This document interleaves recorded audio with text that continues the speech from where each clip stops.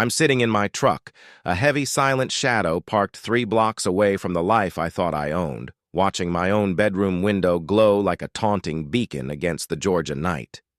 The engine is off. The cabin is cooling, and the only sound is the rhythmic, jagged pulse of my own heart thudding against my ribs. It's funny how a single realization can make your entire world feel like a house of cards in a hurricane.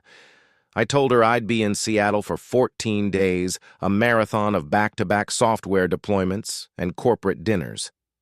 I even let her see me double-check my flight details on the kitchen counter this morning. I kissed her forehead, inhaled the familiar floral scent of her shampoo, and whispered that I'd miss her. She smiled that soft, practiced smile that I've spent 7 years worshiping and told me to hurry back. But as I pulled out of the driveway, I didn't head for the airport. I headed for the dark corners of my own neighborhood, waiting for the truth to crawl out of the woodwork. Have you ever looked at the person sleeping next to you and wondered if they were a stranger? Have you ever felt that cold, hollow ache in the pit of your stomach telling you that the perfect life you've built is just a beautifully painted stage set? I need to know if I'm alone in this. Where are you watching this from? Whether you're driving home or lying in bed wondering about your own partner, drop a comment below. I need to know I'm not the only one who has felt this soul-crushing silence. And if you've ever had to fight for your own sanity, please subscribe and stay with me through this. This isn't just a story about a broken marriage. It's about the moment I stopped being a victim and started being the architect of my own justice. Valerie and I were supposed to be the gold standard. We met in a coffee shop off Peachtree Street when we were both 23. I was the awkward coder with coffee stains on his shirt, and she was the radiant marketing assistant who seemed to light up the room just by breathing. We did everything right. We saved every penny for the down payment on this suburban dream we hosted, the Thanksgiving dinners everyone envied, and we supported each other through the grueling, heartbreaking years of IVF treatments that never quite gave us the miracle we wanted. I thought those struggles had forged us into something unbreakable. I thought the shared tears and the empty nursery had made us an island. But lately, the air in our home had turned stagnant. It started with the small things, the micro-betrayals that you convince yourself are just your imagination. Valerie started keeping her phone face down, a subtle but sharp departure from the woman who used to leave her laptop open on the sofa. She started smelling like a heavy musky cologne, something expensive and aggressive that definitely wasn't my brand. And then there was Xavier. Xavier was the friend every man is told not to worry about. He was my old college roommate, the guy I'd helped get a foot in the door at a tech firm I used to consult for. He was loud, charismatic, and always seemed to have a hand on my shoulder or a joke at my expense. Over the last few months, he was at our house constantly helping Valerie with home decor or marketing advice. I saw the way their eyes met across the dinner table, a brief electric connection that they both severed the second I looked up. It was a slow-motion car crash, and I was the only one screaming from the sidelines. The promotion trip to Seattle was the perfect bait. I'd spent weeks dropping hints about how long and demanding it would be, how I'd be completely unreachable during the long flights and late-night meetings. I watched Valerie's eyes light up with a calculated relief every time I mentioned the duration. She even packed my suitcase for me, tucking in my favorite sweaters with a tenderness that made me want to vomit. She was so eager to see me leave that she didn't notice I'd tucked a small high-definition camera inside the air purifier in our bedroom, the one I'd repaired just hang ago. I remember the drive out of the neighborhood this morning. I looked in the rearview mirror and saw her standing on the porch waving until I turned the corner. The second I was out of sight, I felt the mask slip. My face felt cold. My hands gripped the wheel until the leather groaned. I didn't go to Hartsfield-Jackson Airport. I went to a cheap cash-only motel 10 miles away, checked into a room that smelled of stale cigarettes and industrial cleaner, and opened my laptop. I sat on the edge of a bed with thin, scratchy sheets and waited. I didn't have to wait long. Within 90 minutes, my phone buzzed with a motion alert.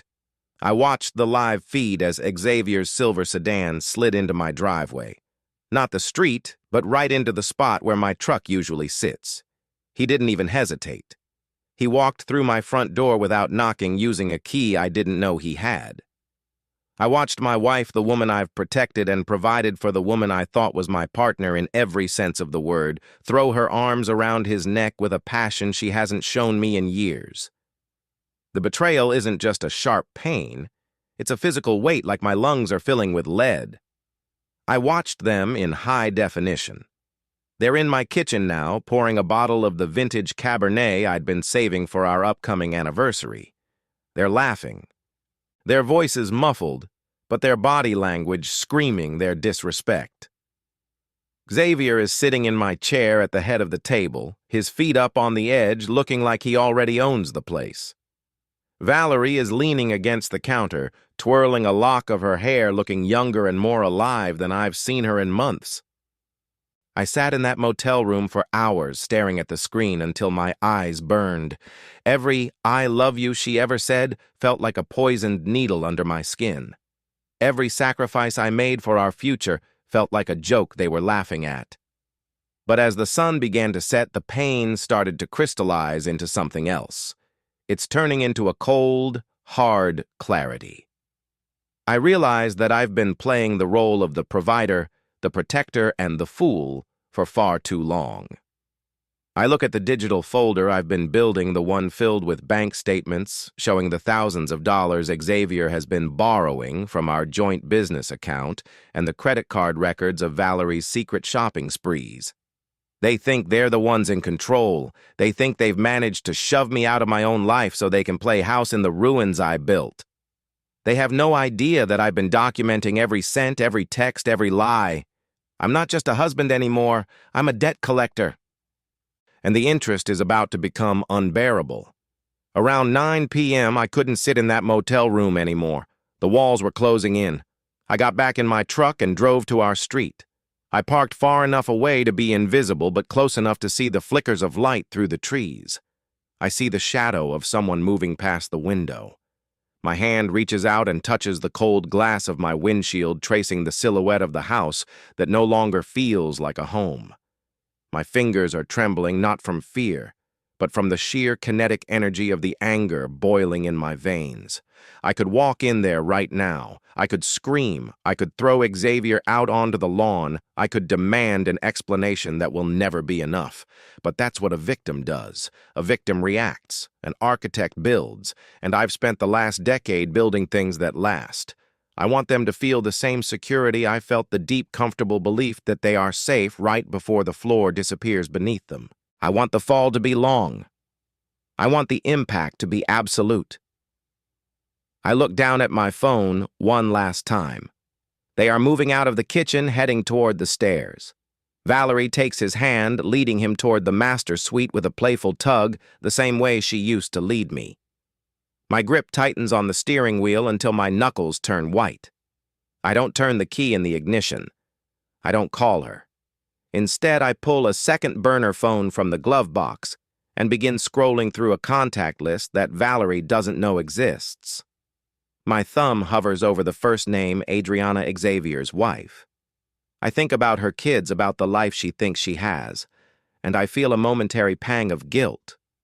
But it's swallowed by the cold vacuum of my own betrayal. I realize that the next few hours aren't just about catching them. They are about dismantling every single thing they think they've secured.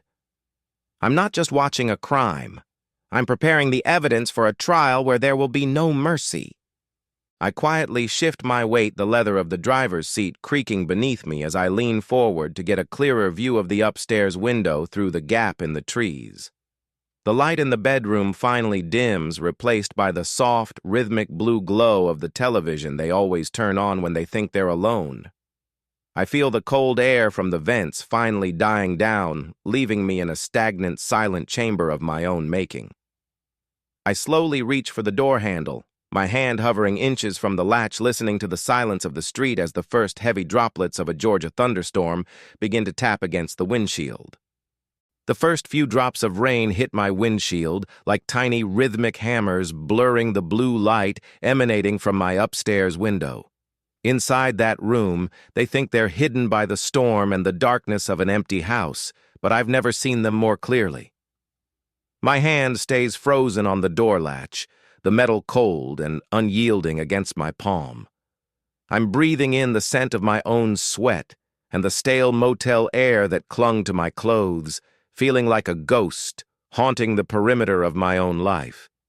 Every muscle in my body is coiled, ready to spring, but I force myself to stay rooted in the driver's seat.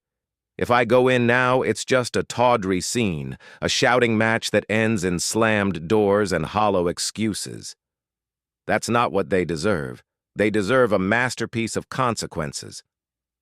I pull my hand back from the door and pick up the burner phone again.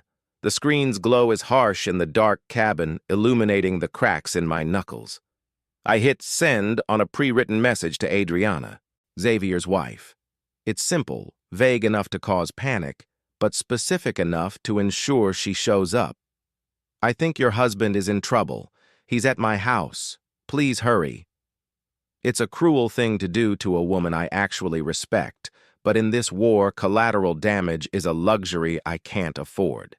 I need witnesses. I need an audience for the play Valerie and Xavier have spent months rehearsing behind my back. I need the world to see the perfect couple for what they really are, two thieves in the night who thought the owner was too blind to notice the locks being picked. I lean back watching the wipers smear the rain into gray streaks across the glass. My mind drifts back to 3 years ago, to the night Xavier cried on my shoulder in this very driveway. He had just lost his father, and I was the one who held his business together while he grieved. I gave him a key to my house so he could come over and eat with us so he wouldn't feel the crushing weight of loneliness. I treated him like the brother I never had. And Valerie. Valerie was the person who knew my every fear. She knew how much I valued loyalty because of how my own father walked out on us. She knew that trust wasn't just a word to me, it was the air I breathed.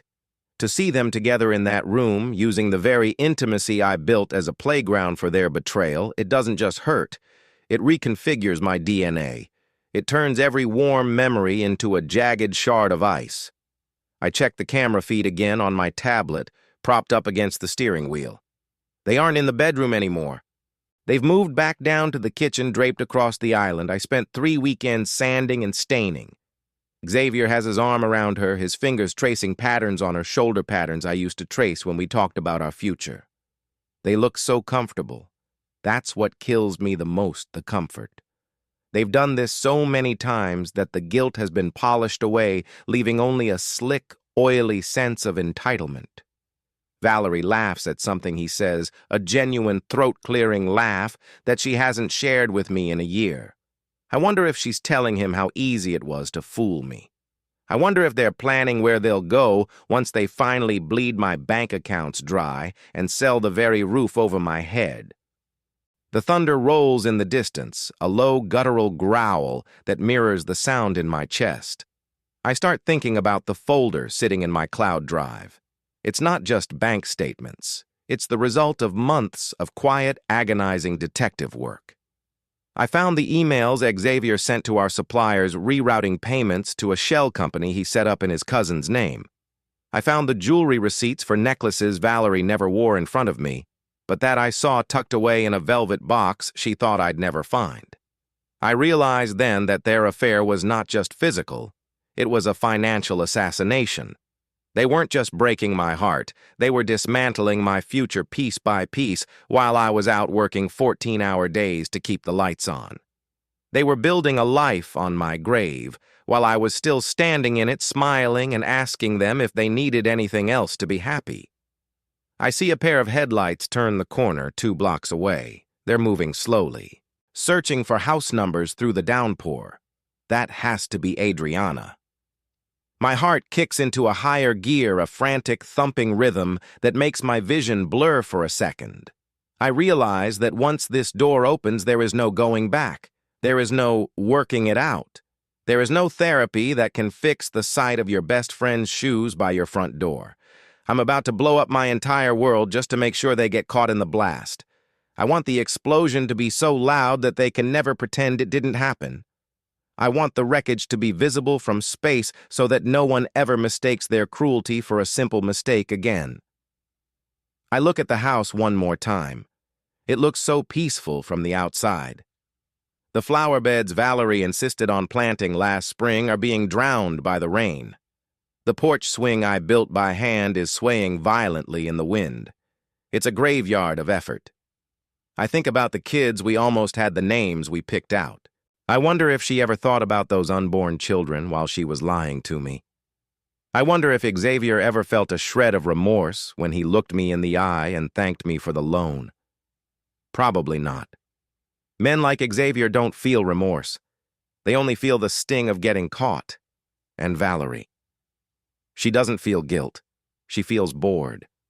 And I'm about to give her the most exciting, devastating night of her life. The headlights are closer now. I can see the silhouette of a minivan, Adriana's car. She's pulling up to the curb, her tires splashing through the deep puddles. She doesn't know what she's about to walk into. She thinks she's coming to help a friend in a medical emergency. The guilt flares up again, hot and stinging, but I douse it with the memory of the way Valerie packed my bags this morning with that fake sweet kiss. No. Everyone needs to see the truth. The era of protecting everyone else's feelings while mine are being shredded is over. Today, the truth is the only thing that matters, no matter how much it burns the people who didn't ask to be part of this fire. I reach over and grab the heavy flashlight from the passenger floorboard. It's solid aircraft-grade aluminum. I'm not going to use it for violence, I'm not that man, but I need something to hold on to something real and heavy to keep me grounded. I check my reflection in the rearview mirror. My eyes look sunken, shadowed by the dim light of the street lamp, but there's a fire in them I haven't seen in years. I look like a man who has already lost everything, which makes me the most dangerous person in this neighborhood. I'm not playing by the rules of husband anymore. I'm playing by the rules of survival, and the first rule is that the predator never sees the trap until the teeth snap shut. Adriana's car door opens. She steps out into the rain, her coat pulled tight around her, looking frantically toward my front door. She sees my truck parked down the street and pauses, her face a mask of confusion. This is it. The curtain is rising. I don't wait for her to call me. I don't wait for her to knock. I slowly push my door open the hinge, letting out a long, mournful creak that is immediately swallowed by the roar of the storm. The rain hits me instantly, soaking through my shirt, but I don't feel the cold. I only feel the heat of the finish line. Every drop of water feels like it's washing away the naivety I've carried for years, stripping me down to the bone. I step out onto the asphalt, my boots splashing into the dark water. I don't rush. Every step is deliberate, heavy with the weight of 7 years of lies. I see Adriana lock eyes with me through the sheets of rain. She starts to say something, her mouth opening in a question, but I only raise a finger to my lips, signaling for silence. I lead her toward the side of the house, toward the large French doors that lead into the dining room, the doors with the broken latch I never got around to fixing. It's poetic, really. The very thing I neglected is the thing that's going to let the light in and expose the rot that has taken over the foundation of my existence. As we reach the patio, the sound of music drifts through the glass. It's a slow jazz track, the kind Valerie plays when she's feeling romantic. I feel Adriana stiffen beside me as she catches a glimpse of a shadow moving through the living room. She recognizes the silhouette. She recognizes the way the man inside moves, the way he tilts his head when he laughs, the way he touches his wine glass. I can hear her breath hitch a small broken sound that gets lost in the thunder. I place my hand on the handle of the French door, feeling the vibration of the music through the wood. My thumb finds the latch and I press down the mechanism, clicking softly, as the door gives way to the pressure of the wind and my own relentless intent. The smell of our home lavender and expensive wine wafts out to meet the cold rain, and I realize there's no turning back from the threshold of this wreckage. The threshold of that French door felt like a border between two different lives. The one where I was a content-oblivious husband, and the one where I became a ghost in my own dining room. As the door swung inward, the heavy, humid air of the storm rushed in, clashing with the curated comfort of the interior. The music, that smooth, mocking jazz, swirled around us, mixing with the sudden, sharp scent of ozone and wet pavement. Adriana was trembling so violently beside me that I could feel the vibrations of her shock through the very air. She wasn't just looking at a house anymore. She was staring into the abyss of her own shattered reality. I didn't say a word. I didn't have to. The sight of Xavier's leather jacket draped carelessly over our antique mahogany table spoke louder than any accusation I could have hurled.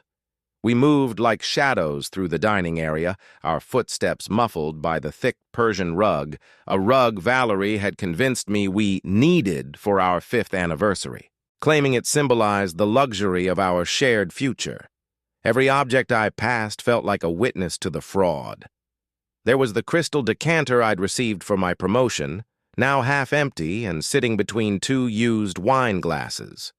There was the framed photo of our wedding day on the mantel, which Valerie had turned toward the wall so she wouldn't have to look at my eyes while she welcomed another man into our sanctuary. The level of premeditation was staggering. It wasn't just a moment of weakness, it was a total occupation. As we rounded the corner into the living room, the scene unfolded with a sickening, cinematic slow-motion quality. Xavier was leaning back on the sofa, his head thrown back in a fit of laughter, clutching a glass of my wine as if he'd earned every drop. Valerie was draped across his lap, her fingers entwined with his, looking at him with a raw, unguarded adoration that she had buried for me years ago. They looked like a couple in a jewelry commercial, untouchable, radiant, and utterly loathsome. The betrayal wasn't just the physical closeness, it was the stolen domesticity. They were playing husband and wife in the house I paid for, using the life I built as a costume for their depravity. Adriana let out a sound, then not a scream, but a small, jagged gasp that cut through the jazz like a serrated blade. The laughter on the sofa died instantly. Valerie's head snapped toward us, her eyes widening until the whites showed all around her irises.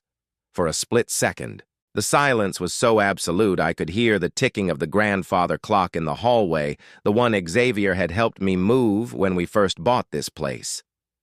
I watched the color drain from her face, turning her skin a sickly ashen gray. Xavier scrambled to sit up, nearly spilling the wine, his bravado vanishing like smoke in a gale. He looked at me, then at his wife, and for the first time in 10 years, the charismatic Xavier was speechless. Dominic. Valerie's voice was a ghost of a whisper, trembling with a mixture of terror and disbelief. She didn't move to cover herself. She just froze, her hand still resting on Xavier's chest as if she'd forgotten it was there. I didn't give her the satisfaction of a response. Instead, I turned on the overhead lights. The sudden harsh glare stripped away the romantic ambiance they'd cultivated, exposing the mess of their presence, the crumbs on the coffee table, the discarded shoes, the utter disrespect of their intrusion. I stood there soaking wet, the rain dripping from my hair onto the hardwood floors, and I felt a strange, cold power. I wasn't the one who should be ashamed. I wasn't the one whose world was about to end. I looked at Adriana, whose grief had finally turned into a scorching, silent rage. She walked toward Xavier, her movements stiff and mechanical, while he cowered against the cushions. "Is this the business meeting, Xavier?" Adriana's voice was low, vibrating with a lethal precision. "Is this the urgent project that kept you away from our daughter's recital tonight?" Xavier opened his mouth, his lips working but no sound coming out. He looked at me, pleading with his eyes for me to say something, to intervene, to be the good guy I'd always been. But that man was gone.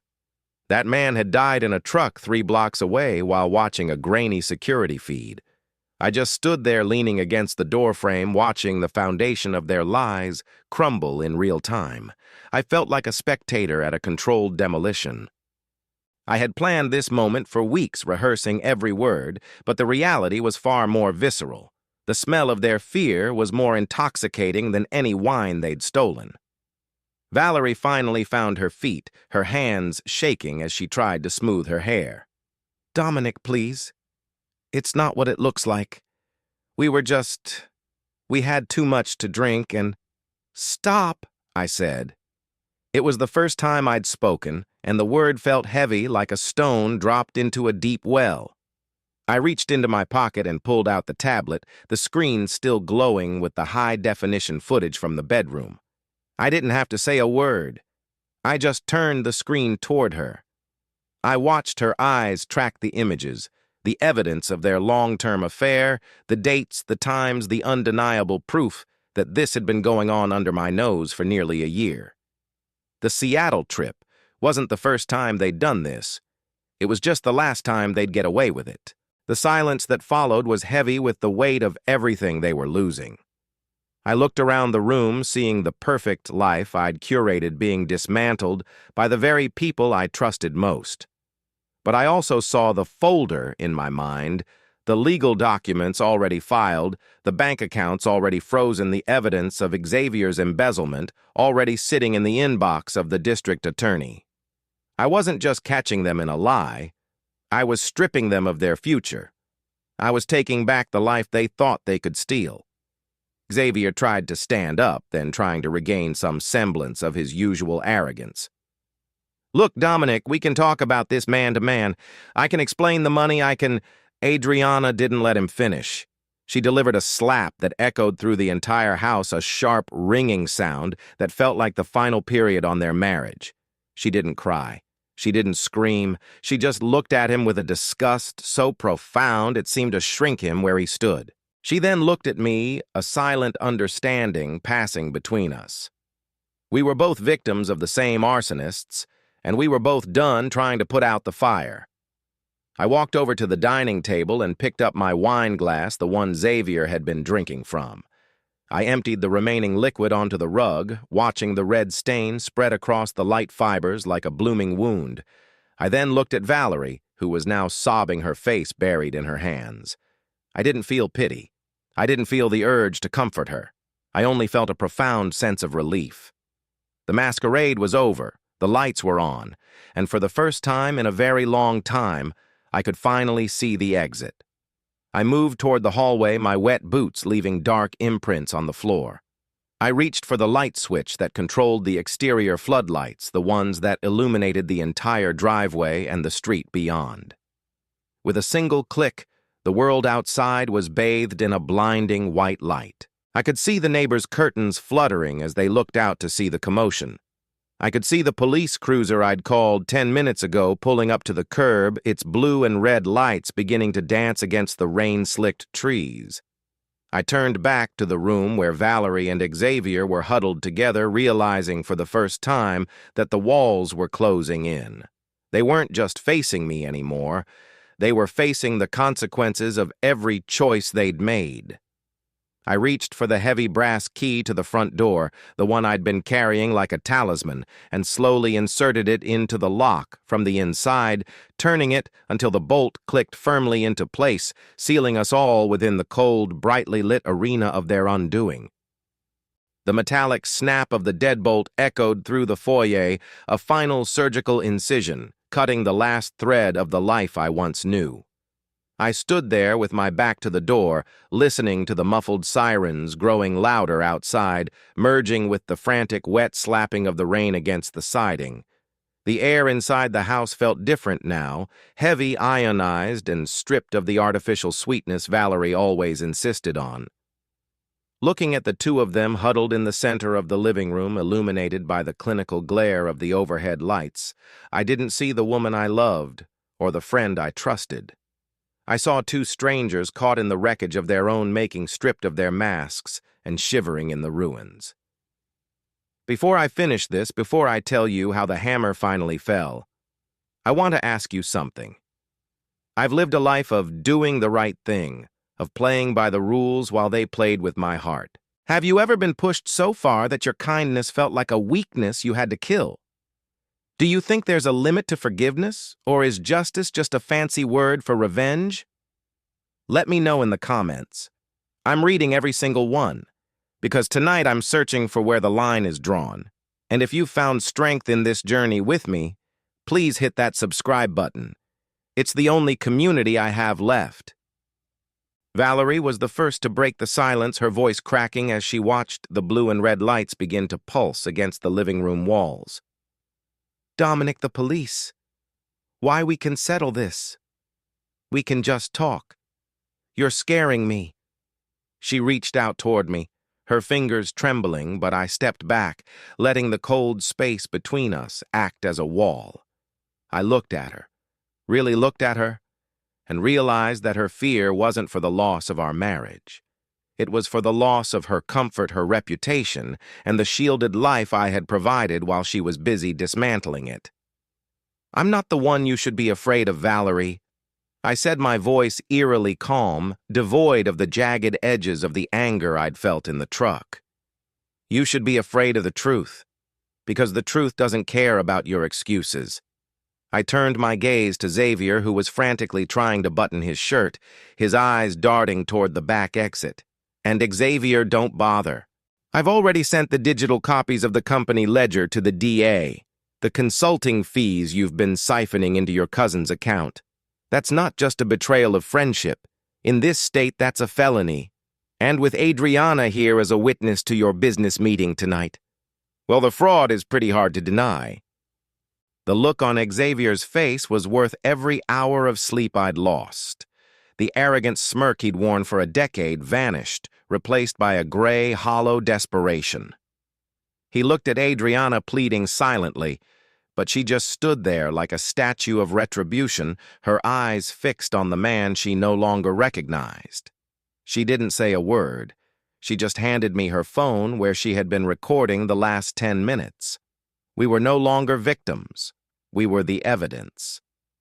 As the police knocked on the door, the reality of losing everything finally settled over the room like a thick, suffocating blanket. This wasn't just a divorce. It was a total erasure. By tomorrow morning, the bank accounts would be emptied by legal injunctions. The house, the one we had built on a foundation of lies, was already listed for sale through an emergency brokerage agreement I'd signed 3 days ago. Valerie's marketing reputation in this town was about to be incinerated by the public nature of the scandal. They had tried to steal my future, so I simply took back the present. I opened the door to the officers, the cool night air rushing in to sweep away the stagnant scent of betrayal. I didn't yell. I didn't point fingers. I simply handed them the folder of evidence and the recording. I watched as they escorted Xavier out in handcuffs, not for the affair, but for the systematic theft of the business I had bled for. I watched Valerie collapse onto the sofa, her face buried in her hands, as the weight of her choices finally crushed her. She was losing the house, the car, the social standing, and the man she thought was her backup. She was left with exactly what she had given me, nothing. An hour later, the house was silent again.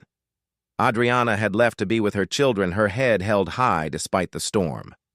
I walked through the empty rooms one last time, my footsteps echoing on the hardwood. I stopped in the kitchen and picked up the half-empty bottle of Cabernet. I didn't drink it. I walked to the sink and watched the dark red liquid swirl down the drain until the bottle was empty. I left the keys on the counter, the keys to the house, the keys to the life I was leaving behind. Stepping back out into the rain, I felt a strange, weightless sensation.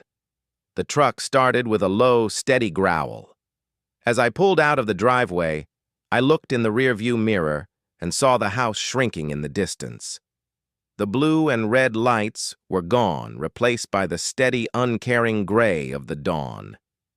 It's a terrifying thing to lose everything you thought defined you, but there's a secret power in it too. When you have nothing left to lose, you're finally free to become whoever you were meant to be before the world told you who to love. There are 2 ways people look at what I did. Some say I was cold, that I should have just walked away and kept my dignity. Others say that in a world where loyalty is treated like a suggestion, the only way to survive is to strike back with the truth. What about you? If you were standing in my boots, would you have burnt the bridge, or would you have just let them walk all over you? I'm genuinely curious. Drop your thoughts below. I've got a long drive ahead of me to a city where nobody knows my name, and I'll be reading every single one of your stories. I turned onto the main highway, the tires humming against the wet pavement as the first hint of sun began to bleed through the clouds. I didn't know where I was going yet, but for the first time in 7 years, I wasn't checking the rearview mirror for someone else's shadow. I took a deep breath, the clean, rain-washed air filling my lungs, and I simply drove toward the horizon, leaving the wreckage of Dominic and Valerie in the dust of a road that was finally mine to travel.